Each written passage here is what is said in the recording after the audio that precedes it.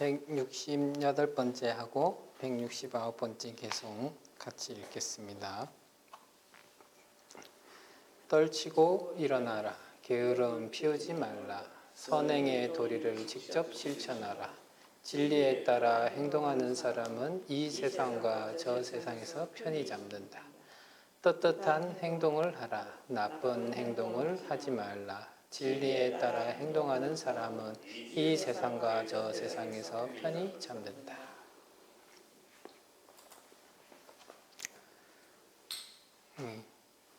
부처님께서 처음 자기의 고향 땅으로 돌아가시게 됐을 때 그 석가족에게 법문을 하십니다. 법문을 하시고 나서 다들 이렇게 각자의 집으로 가니까 부처님께서는 그 백정왕은 부처님이 당연히 자기의 집으로 돌아올 것이다 생각하고 백성들은 부처님은 당연히 왕자니까 왕궁으로 갈 거다 생각하고 이제 아무도 부처님께 공양청을 올리지 않죠. 그러니까 부처님께서 그 다음날 이제 바루를 들고 이렇게 탁발을 이렇게 다니시고 그러니까 고귀하신 분이 음식을 구걸하고 다니신다 이런 얘기를 사람들이 하고 백정왕도 그 얘기를 듣고 왕궁에서 와서 자기 집에 가서 밥 먹으면 되지 왜 탁발을 하고 있느냐 하고 이렇게 얘기를 했을 때 부처님께서 출가자의 본분에 맞는 그러한 삶을 지키고 있을 뿐이지 다른 게 아닙니다 라는 얘기를 하시면서 이러한 개송을 외우셨다 하는 거죠. 부처님께서는 그 어떤 순간이 됐든지 간에 언제나 정법에 의지해서 바른 좋은 행들을 부지런히 실천해 나가셨다. 그래서 그렇게 실천하셨기 때문에 이 세간이나 저 세상에서 즐겁다. 언제나 편히 잠들게 된다. 이런 얘기들을 이렇게 하시게 됐죠. 우리가 이제 뭐 편히 잠든다 이런 것이 아주 편안하게 자기 스스로를 휴식을 할 수 있고 좋은 에너지를 다시 만들 수 있는 그런 상태가 되는 건데 젊었을 때는 본인의 행에 대해서 이 결과들이 많이 다가오지 않기 때문에 자기가 아주 가슴 뛸 만한 일들이 아니면은 잠을 이렇게 잘 자게 되는데 나이가 들면 들수록 그 뒤를 돌아보게 되는 그런 일들이 많죠. 그래서 부모가 됐든 자식이 됐든 형제 자매가 됐든 누군가를 이렇게 보고 혹은 스스로 잘못한 행동이 있거나 혹은 누군가에게 아쉬운 행동들, 다른 사람들이 불편해할 만한 그런 행동들을 많이 하거나 혹은 스스로 한이 맺힐 만한 일들을 많이 만들어 놓으면은 그게 자꾸 가슴에 무게감을 줘가지고 편히 잠들지 못하게 되는 그런 일들이 자꾸만 발생이 된다. 근데 이 부처님께서 얘기하는 정법에 의지해가지고 선한 행들을 한다 하는 것은 스스로에게 한도 남기지 않고 언제나 떳떳한 행을 하고 누가 봐도 칭찬받을 만한 일을 한다. 물론 이제 간간히 자기가 아무리 옳은 행동을 해도 자기의 이익에 반하면 다른 중생들이 비난을 하고 비방할 수도 있긴 하겠지만서도 기본적으로 자신이 한 행동이 자기가 봤을 때 이것이 정법에 의지하고 있고 정말로 부처님께서 선하다고 얘기했던 그러한 행동들이다라고 해서 그 자기의 행동에 아주 떳떳하고 부끄러움이 없고 숨길 만한 어떠한 자리도 없다고 한다면 그 사람은 어느 자리가 됐든지 간에 아주 편안하게 잠들 수 있는 그러한 여건들이 된다. 물론 이제 다른 경전 지장경이나 이런 데서 보면은 이런 악행을 한 자들 중에는 급사를 만날 수도 있고 혹은 천재 아주 재앙을 만나 가지고 이제 죽거나 할 수도 있다. 이런 얘기들이 자꾸 있죠. 그만큼 자기가 악업을 하게 되면은 자기의 생명을 해칠 수 있는 그러한 환경들을 만날 횟수가 자꾸만 늘어나게 된다. 그런 상황들을 자꾸 자주 만나는 사람들은 언제나 삶이 편안하지 않고 아주 흔들리는 그 삶 속에 살아갈 수가 있다. 그렇지만 본인이 스스로 정법에 의지해서 선행을 꾸준히 한다고 하는 사람들은, 그리고 인과에 대해서 분명하게 믿는 사람들은 내 스스로는 그러한 일들을 만나지 않을 것이다라는 것을 분명하게 알고 그렇게 사니까 거기서 훨씬 더 마음 편안하게 잘 수 있는 그러한 환경들이 갖춰지게 된다.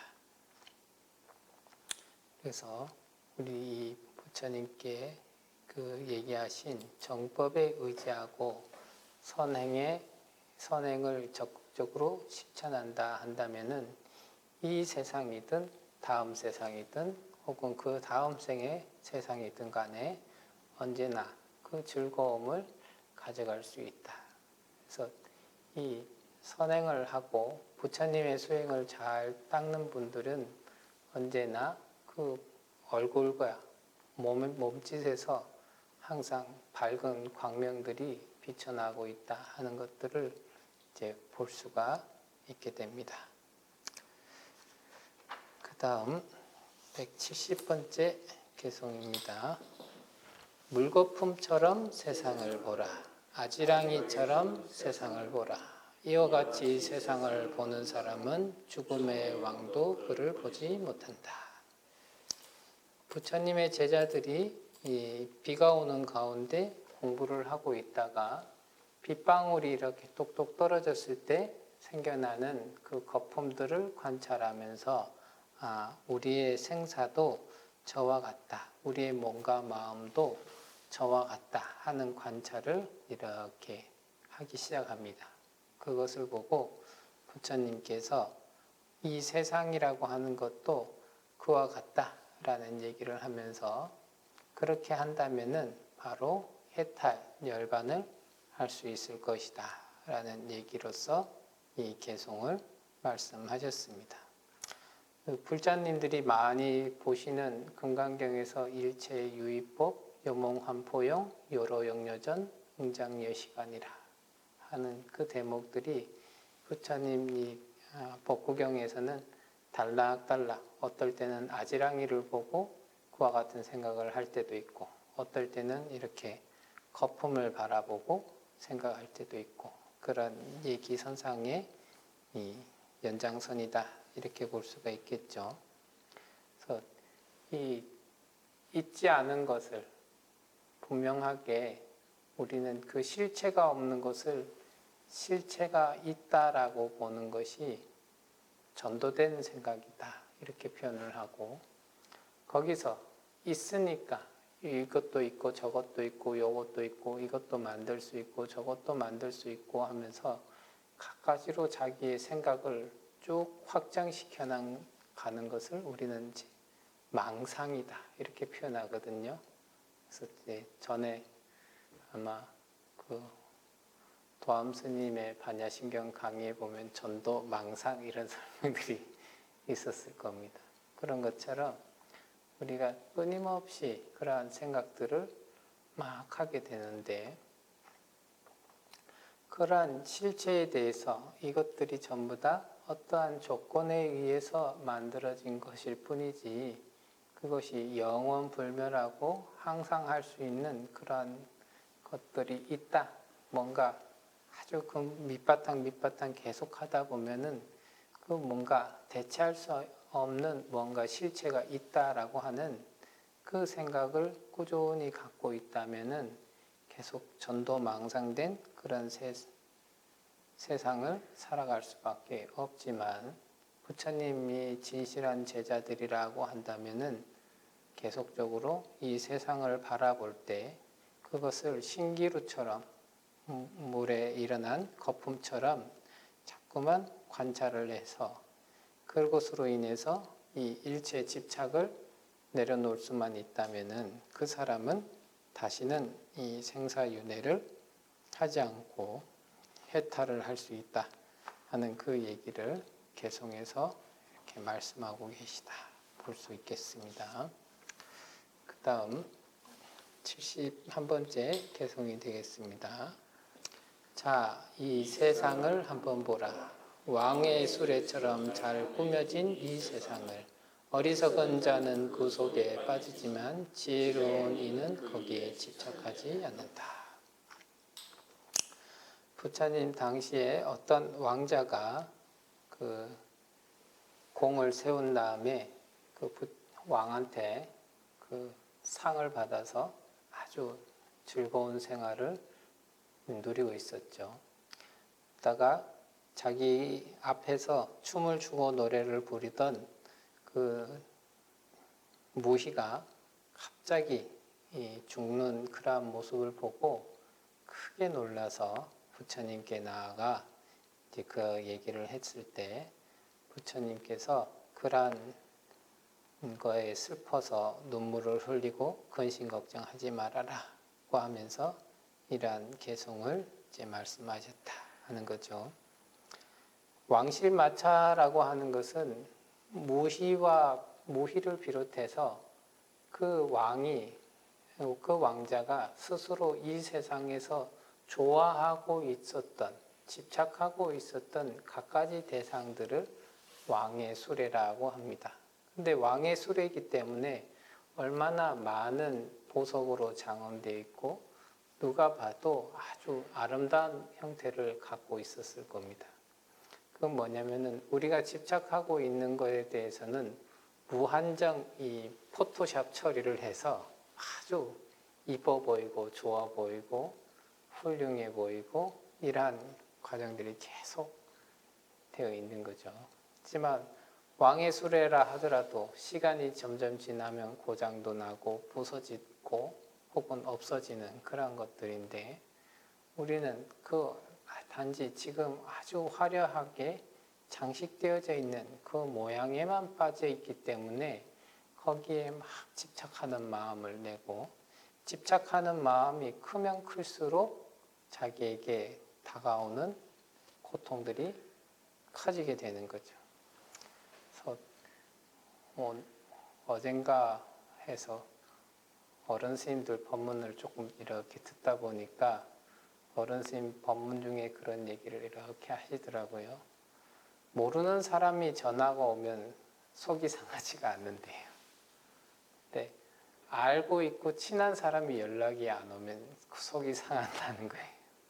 그러면은 그 속이 상한 그 원인은 어디에 있냐면은 내가 그 상대방에게 얼마나 친근감을 가지고 있고 얼마만큼 마음이 집착하고 있냐에 따라서 전화가 오고 안 오고는 모르는 사람이거나 혹은 뭐 스팸 전화든 뭐든 그런 것들은 전화가 왔다고 해가지고 아주 행복하거나 즐겁거나 그렇지 않고 어떨 때는 귀찮고 싫기도 한데 아는 사람이 전화가 안 오면은 거기서는 짜증이 나고 승질이 팍팍 나고 전화가 오면 거기에서 매우 기뻐하고 이런 것들이 일어나는 것은 결국엔 이 전화 오고 전화 오지 않고 하는 그 작용이 있는 것이 아니라 바로 내가 그 대상에게 집착하고 있는가 집착하지 않고 있는가에 따라서 내 마음의 기쁨과 슬픔이 계속 교차해 가는 거죠.